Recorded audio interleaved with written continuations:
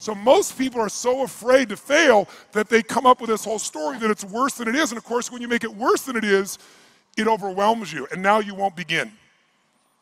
I've tried, what will people say? I've tried everything. If you tried everything, you'd have what you want.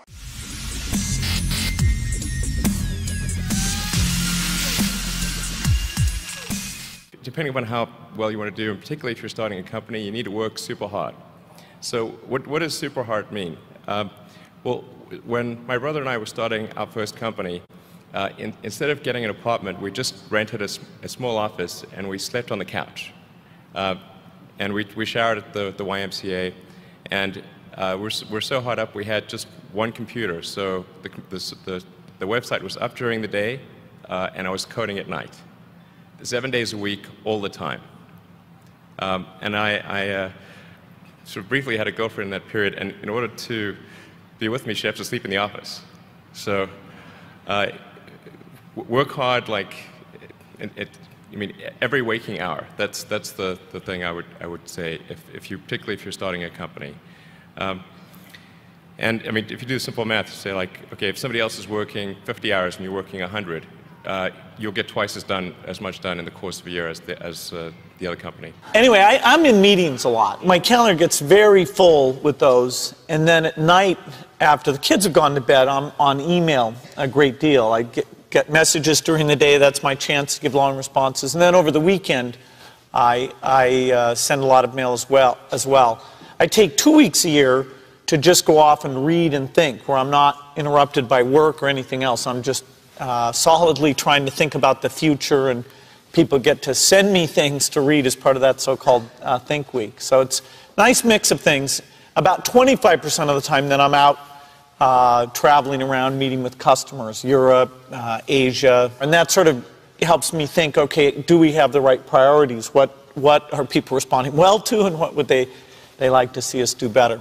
How do I help people to break through? The question is, what are you breaking through to?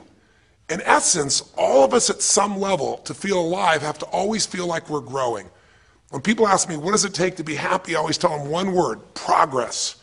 Progress equals happiness. Even if you're not where you want to be yet, if you're on the road, if you're improving, if you're making progress, you're going to love it.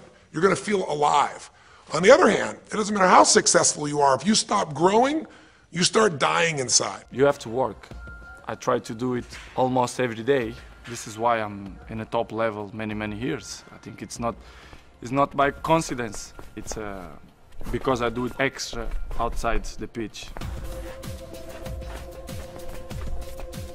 When I'm 12 years old, most of the people told me, Cristiano, you are a very good talent player, but you are very skinny, very slim. And I put it in my mind, the body we can improve.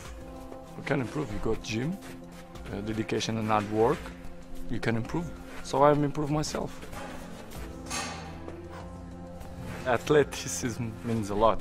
For me, I think the small details in the hands gonna make a huge difference to compare with the other players. So I think it's very important to do this kind of work, and I think it's going well on me. This is why I'm in good shape almost all the year, and I want to carry on like that because it's helped me a lot. It's part of me. I'm not doing that kind of work because I have to. It's because it's part of me. Cultivate that sense of wealth, that sense of abundance in you. The more you can feel that sense of joy, the more easy it's going to be for you to do financially, because you're not going to be in this scarce, fearful mode. Now, that's not enough by itself. You can have this great sense of abundance and do the wrong mechanics and be a disaster. True or false? But if I had to have an area to get you started with, you want to have the emotion and psychological strength, because that's going to carry you through when the mechanics are boring or frustrating, or when things aren't working out. Your emotion, your psychology is what will carry you. It'll get you to keep doing it. Everyone knows, if you've done any studies, Dr. Seligman is very famous for doing studies on optimism. And in those studies, you know what he found out? People that are pessimists are much more realistic. They're much more accurate. If you give them a test and you ask them to look at something and give you a size measurement of it, or to evaluate their own success or failure at a task, and every study Seligman's done, he did it at the University, I think Pennsylvania if I remember correctly originally, What he found was that optimists always see themselves as doing better than they really did. They basically BS themselves. What happens to pessimists, they're 10 times more accurate. But here's what he found out. What he found out is because the people who are accurate never push themselves because they know it's never going to work anyway. Whereas the optimist sees it better than it is, so they keep doing it. Because they have the illusion they did well, I'll do even better next time. And because of that optimism, they did it more often, and so optimists succeed at a 4 to 5-fold, depending upon the task, result ultimately beyond anything that a pessimist will do, and they're not as accurate.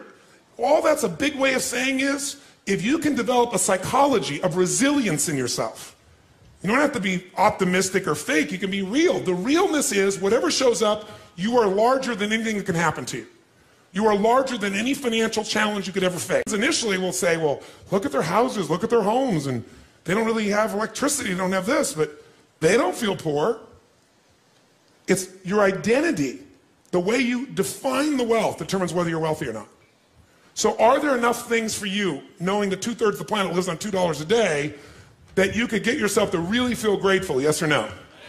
How much of your life do you get benefits from today that you never had to create? Think about it.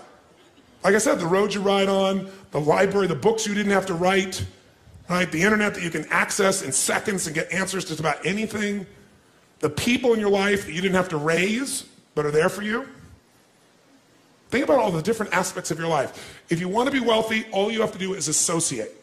So before we do the financial part, because financial independence is different than wealth. Wealth is that state of mind. Financial independence is being in that position where you don't ever have to work again. That if you work, you do it because you really want to. Now, I'll give you a clue. If you get financially independent and you don't work, you'll be miserable. I can't tell you how many friends I have that sold their company, made $50 million.